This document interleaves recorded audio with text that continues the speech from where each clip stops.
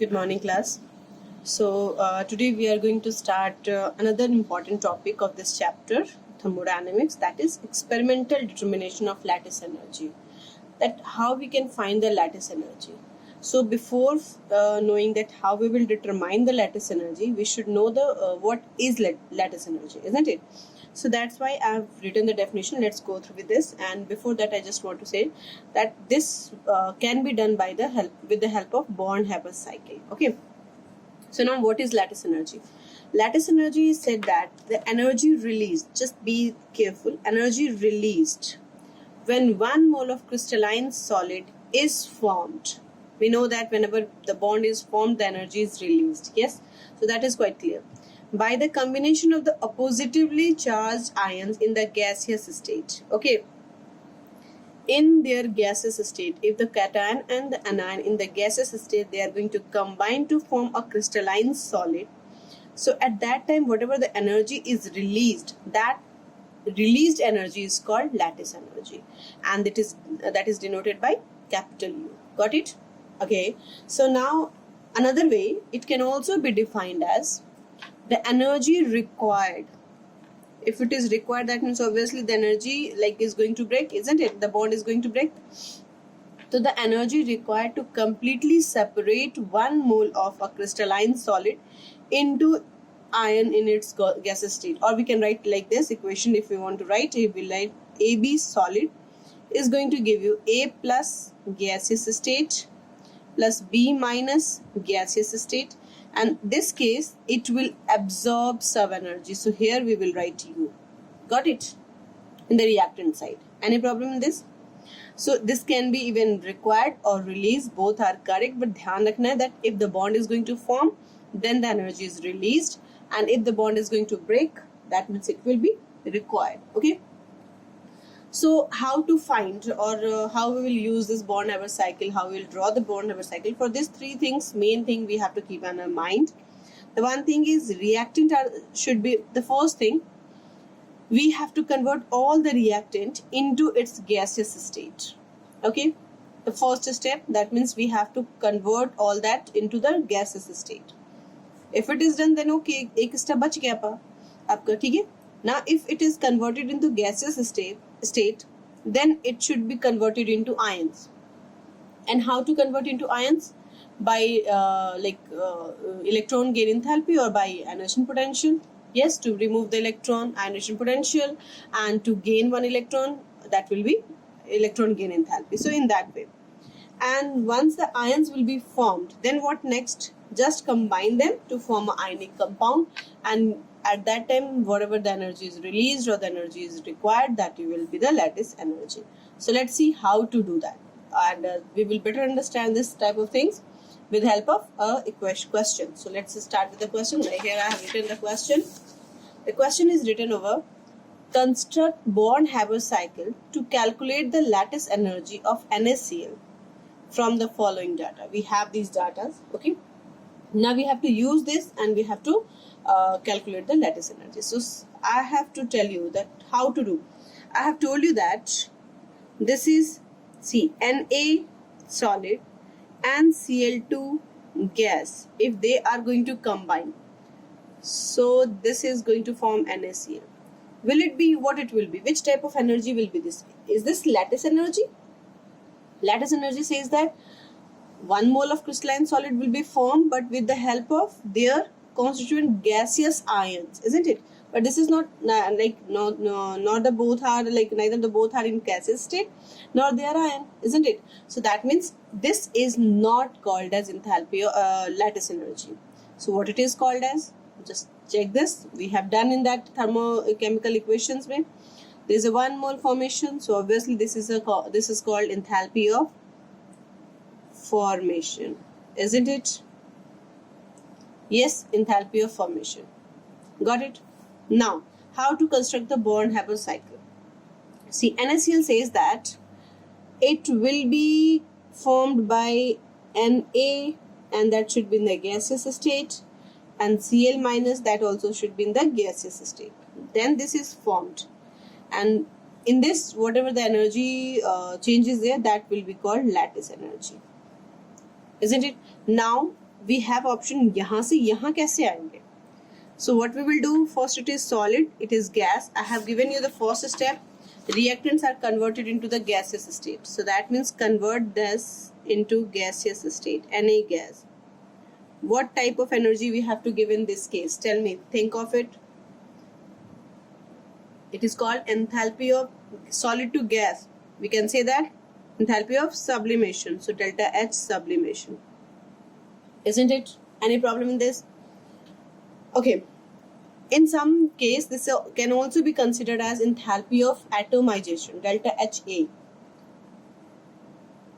Now, this to this, how we will convert? Just Na plus. How it will be converted into Na plus? When we are going to remove one electron from this, isn't it? So the energy required to remove one electron from the gaseous isolated atom is called ionization enthalpy, isn't it? So we can write delta H ionization. Any doubt? Okay. Now, so we got this, isn't it? Now Cl2 gas has to be converted into Cl gas. Cl gas. This is Cl2 gas. Okay, I just want to tell you, is this reaction balanced? No. So to make it balanced, what we have to do? We have to balance it like anyhow. So we can make it 2 over here, 2 over here. But this is enthalpy of formation. So what we have to do? We have to form 1 mole. So for this, what we have to do? Half Cl2. Got it? Okay. Just forget about this half first.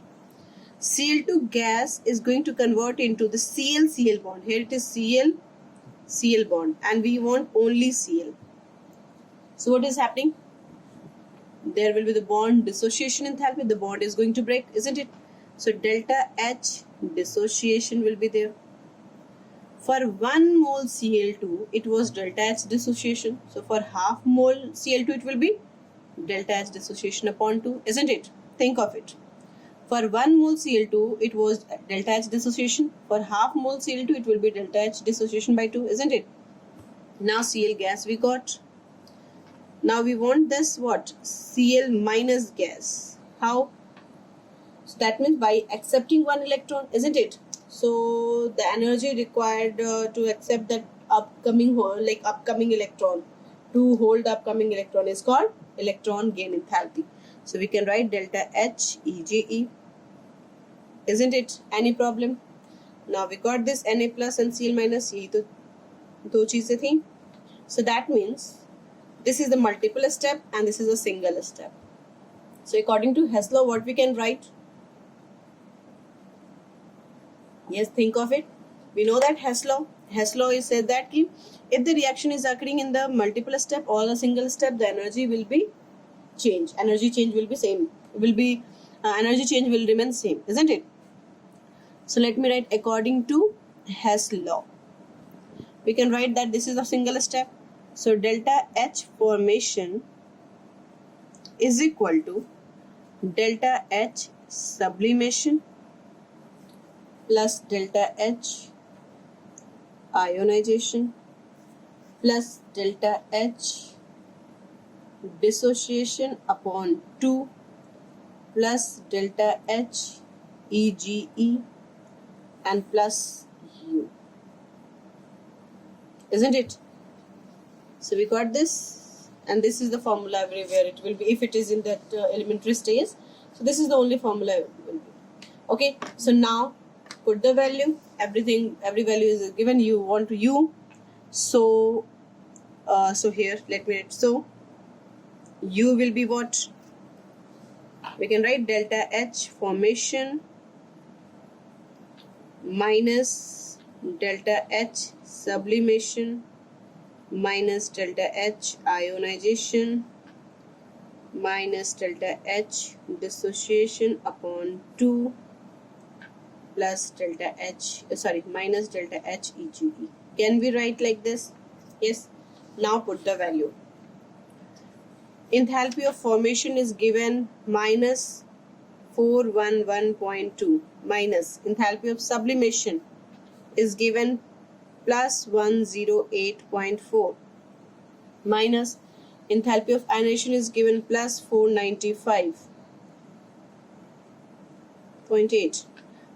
Minus here enthalpy of bond dissociation enthalpy 242, plus it is also in plus, isn't it? So we can write plus 242 divided by 2, and minus electron gain enthalpy is given minus 348. So just solve this. This will be, this is only plus, rest all will be negative, isn't it? So minus 4112 minus 108.4 minus 495. This is 495.8 minus this will be 1 2 1 and plus 348. So first solve all this and then we'll do. So this is 8 10 14, yes, 9 10 15 16, 2 9 11 and 2 13, 5 6 10 11. That is going to be negative, and this is 348.0. So just solve it. What you will get? This is 4 16 8 8 to 12 4 8, and this is 10 3 7 minus this. This much will be the enthalpy, will be the lattice energy, isn't it? Now another question I have written. So in that another form we have like it is. In this question, it was given in form of this delta H form. Now here, equation form. The question is given in the equation form. So now you have to decide that what values are given over here. So let me. This is, you can say that K solid, F2 gas. It is giving 1 mole of solid. So that means this energy is given enthalpy of formation, isn't it? So enthalpy of formation is plus 562.6 or what? See. In this, it is written in the equation form, with the equation. So whenever you will write in form of like delta H, the sign will be reversed. So it will be minus 562.6 kilojoule per mole. Got it?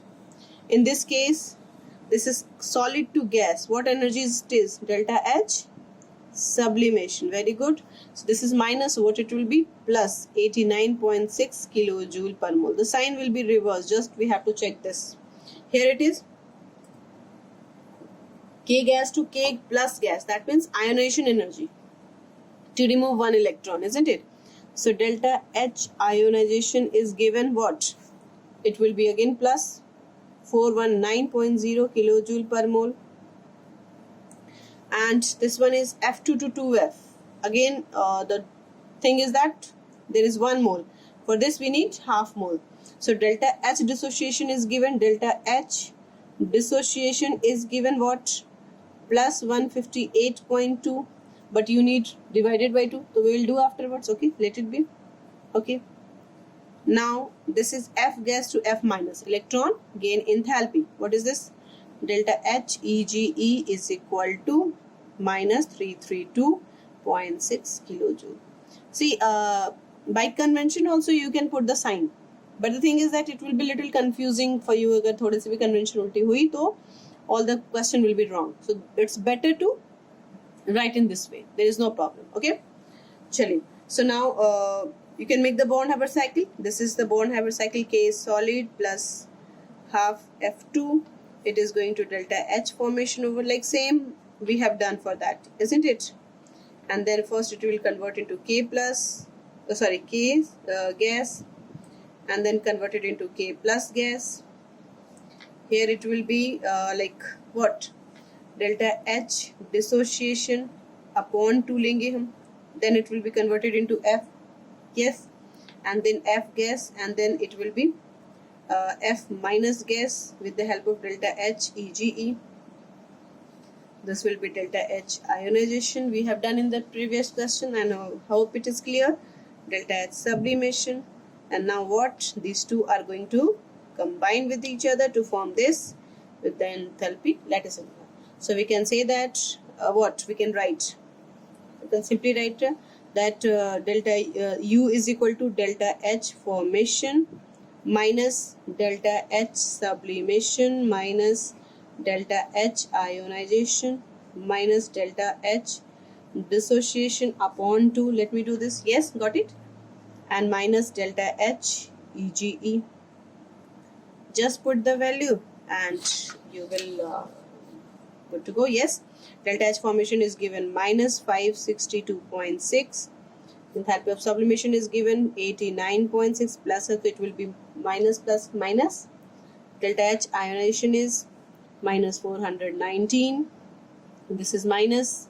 So here it will be again minus 158.2 divided by 2, and here it is minus minus plus. Can I skip one step? Yes, 332.6. Got it? Now just solve it. You will get this 562.6 minus 89.6 minus 419.0 minus it will be 79.1. Yes, and plus 332.6. All will be added. So here it is 6, 6, 12, 13, 2, 9, 11, 11, 9, 20, 29 and 30, 6, 3, 9 and 8, 17, 18, 18 and 7, 25, 7 and 2, 7 and 4, 11, plus 332.6. So if you'll subtract this, what you will get? This is 13, 7, 9 to 7, 4, 3, 1 and 11, 3.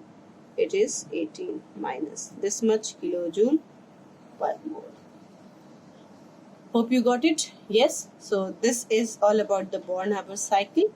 And next day we'll start the next thing, that is limitation of first law of thermodynamics and all. So till then, thank you class.